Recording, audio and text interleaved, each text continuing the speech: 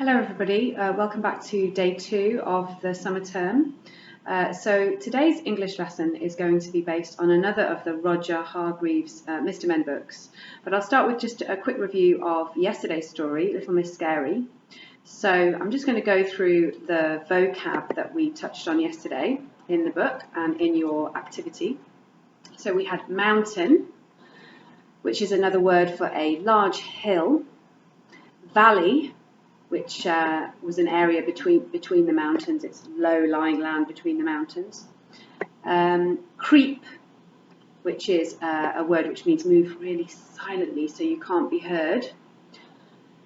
Scare people out of their wits. That's what Little Miss Scary liked to do. So that means give them a really big scare, make them really, really scared. For ages, that one meant for a really long time. A shadowy figure shadowy means you can't see very clearly, and figure is another word for the shape of a person. So this person we couldn't see very clearly. And the last one was chuckled, which means to laugh quietly to yourself. Okay, so today's story is another one of the Roger Hargreaves stories. It's called Mr. Clumsy. So we've got the title up here, Mr. Clumsy, and down here we've got the author, Roger Hargreaves. So let me just get myself ready. So the first question is to find out what kind of a book this is. We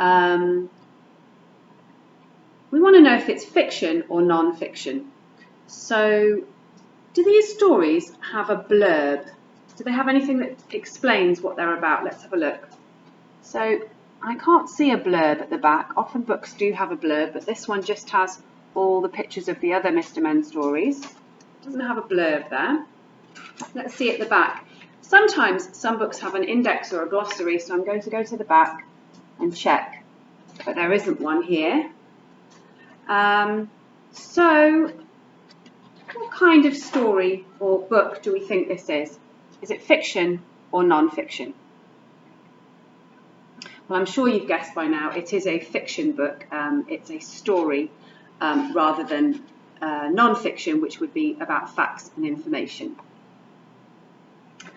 So we're going to listen to the story. I'm going to read it, and then we're going to talk a little bit about the vocabulary, and you're going to then write a book review.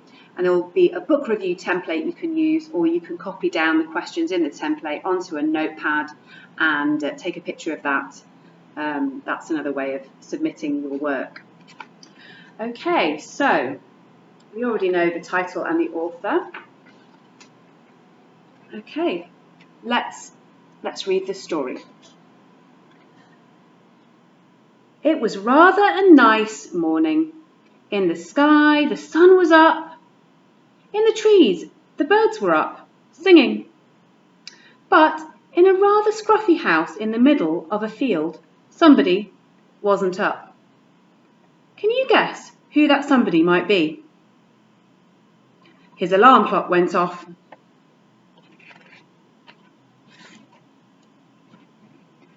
Mr. Clumsy woke up and reached out an arm to switch off his alarm clock and knocked it onto the floor. Oops, he said, that's the third alarm clock I've broken this week. Mr. Clumsy, as you might have guessed, was a rather clumsy fellow. And there's the picture of him reaching for his alarm clock. He got out of bed and switched on the radio. The knob came off in his hand. Oops, he said, that's the second radio I've broken this month. And there's a picture of him breaking off the knob of the alarm clock. That's one of those special words, actually, that has a silent letter at the beginning. Has a silent K. Okay, and the knob is the part that we use to turn or to press to make things go on and off. He went downstairs. The postman had been, and there was a letter waiting for Mr. Clumsy lying on his doormat. He picked it up and went into his kitchen. First things first, he said, and took a slice of bread out of his bread bin and popped it into his toaster. Now, he thought, I wonder who this letter is from. So, what can you see happened when he went down the stairs? From the picture, it doesn't look like he walked down the stairs, does it? Look like he flew or fell or tumbled down the stairs. The doormat is where he found his letter, and that's a mat we often have in front of the door to wipe our feet on when we come inside the house.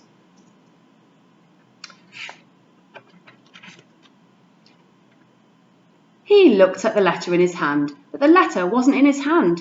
What was in his hand was a slice of bread. I don't understand it, he said. Where's the letter gone? Can you guess where the letter had gone? I'm going to hold it up a bit closer now. That's right, he'd put the letter in the toaster instead of the bread, and there it was, browning nicely. Oops, he said, fishing it out. Ouch, he said, dropping it. It's hot. So what did he do with the letter? Yes, he put it in the toaster. Is that the right place to put a letter? Okay, next page. Mr. Clumsy bent down to pick the letter up. But in doing so, he banged his forehead on his kitchen table, and in doing so, he fell forwards and got his head stuck in the bread bin. There you go, that's him stuck in the bread bin. That's where we normally keep the bread. All of which wasn't surprising, really. As we said, he was a rather clumsy fellow. In fact, he was a very clumsy fellow. Actually, he was the clumsiest person in the world. So if you didn't know what clumsy meant, you might have a good idea now. So clumsy is when you keep breaking things or bumping into things or dropping things. The very same morning, after he'd managed to get the bread bin off his head, Mr. Clumsy went to town, shopping. First things first, he said, and went into the bank to get some money.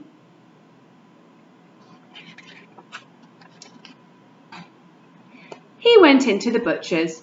Morning, butcher, he said cheerily. Do you know what the butcher sells? Well, butchers sell things like meat, so chicken and beef and lamb. And then he somehow managed to trip over his shoelaces and somehow managed to fall into the butcher's shop window and somehow managed to finish up with a string of sausages round his neck. Oops, he said.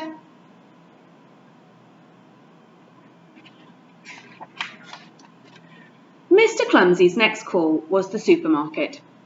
Just inside the door where there was a huge pyramid pile of cans of soup. They call it a pyramid because it's shaped like a pyramid. Well, you can imagine what happened, can't you? What do you think is going to happen to the cans of soup? Exclaimed Mr. Clumsy. Soup would be nice for supper, and he picked up a can. Not a can from the top of the pile. Oh no, not Mr. Clumsy.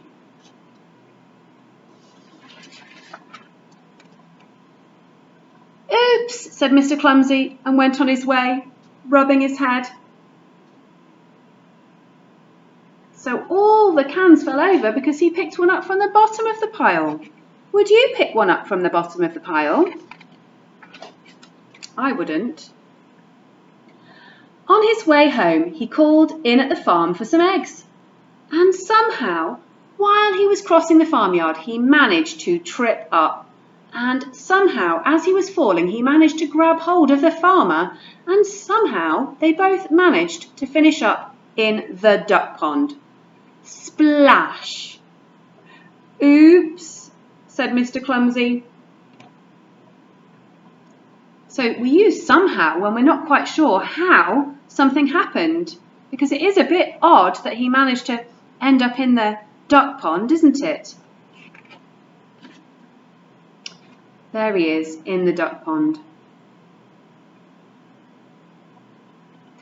"Please," said the farmer as they sat together in the duck pond, "in future can I deliver your eggs to you?" "That's extraordinarily kind of you," replied Mr. Clumsy. "Don't mention it," muttered the farmer. Now, why do you think the farmer wants to deliver the eggs to Mr. Clumsy and not have Mr. Clumsy come to the farm? Okay, next page. Mr. Clumsy went home. "First things first," he said, and went for a bath. But as he was stepping into his bath, his foot somehow managed to slip on the soap, and he somehow managed to turn a somersault, which is where you flip around in the air, and he somehow managed to land with his head in the linen basket. That's where we put the dirty washing. "Oops," said a muffled voice. The voice was a bit muffled because we couldn't hear him talk because he was inside the linen basket, and a muffled voice is where it's a bit like that and you can't hear it very clearly. Later he went downstairs for supper. Soup from the supermarket, sausages from the butcher's, and eggs from the farm.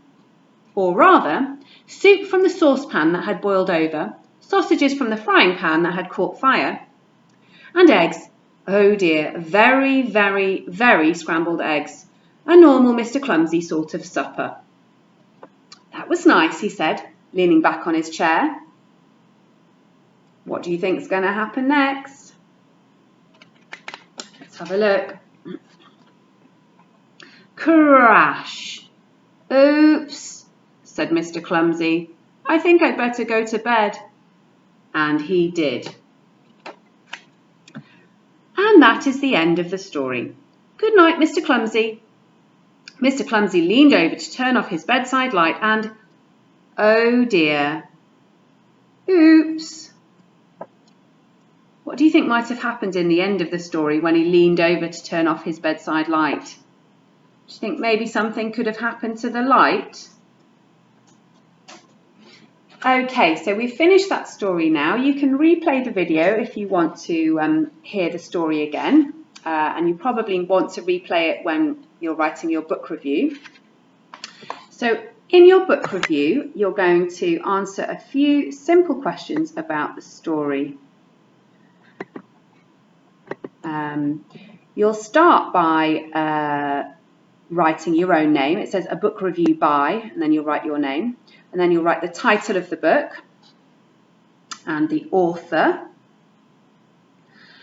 So we've got Mr. Clumsy and by Roger Hargreaves. And then you'll write a few more details. So the plot, it says, what happens?